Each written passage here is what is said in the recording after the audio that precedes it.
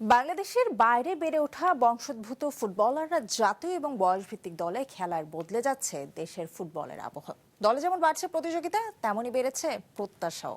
নতুনদের সঙ্গে তাল মিলিয়ে নিজেদের জায়গা ধরে রাখতে স্থানীয় ফুটবলাররাও করছেন কঠোর পরিশ্রম। বিশেষ করে দীর্ঘদিনের গোল করার দুর্বলতা কাটিয়ে ওঠার লক্ষ্য এখন জাতীয় দলের ফরওয়ার্ডদের।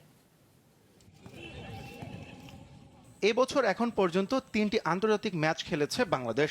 এই 3 ম্যাচে লাল সবুজ দল করেছে 2 গোল, বিপরীতে প্রতিপক্ষ গোল পেয়েছে 5টি। পরিসংখ্যানই বলে দিচ্ছে গোল করাটাই বাংলাদেশের সবচেয়ে বড় চ্যালেঞ্জ। সুযোগ তৈরি হলেও শেষ মুহূর্তে তা কাজে লাগাতে পারে না ফরওয়ার্ডরা। তবে সেই আক্ষেপ এবার জাতীয় দলের স্ট্রাইকাররা দূর করতে চান।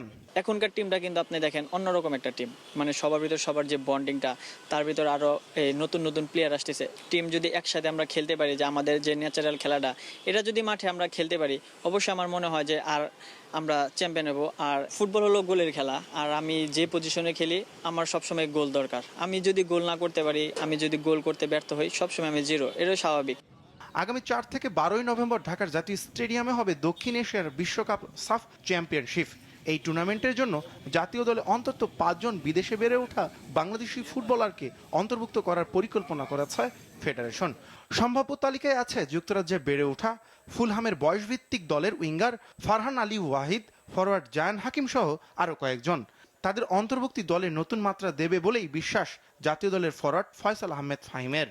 একটা টিমে যত চ্যালেঞ্জিং থাকবে, আপনার তত ভালো ভালো প্লেয়ার উঠে আসবে সামনে। যেহেতু আমাদের একটা খেলা আছে আপনার সাফ, এটার উপর অনেক কিছু ডিপেন্ড করবে বাংলাদেশের ফুটবল। যদি আমরা শিরোপাটা ধরে রাখতে পারি, মানে এটা একটা অন্যরকম একটা সৃষ্টি হয়ে যাবে। নতুনদের আগমনে জাতীয় দলের প্রতিযোগিতা যেমন বাড়ছে, তেমনি তৈরি হচ্ছে আরও শক্তিশালী বাংলাদেশ দল গড়ার সুযোগ। সেই শক্তিকে মাঠের পারফরমেন্সে রূপ দিতে পারলেই শিরোপা জেতা সম্ভব বলে মনে করেন ফুটবলাররা।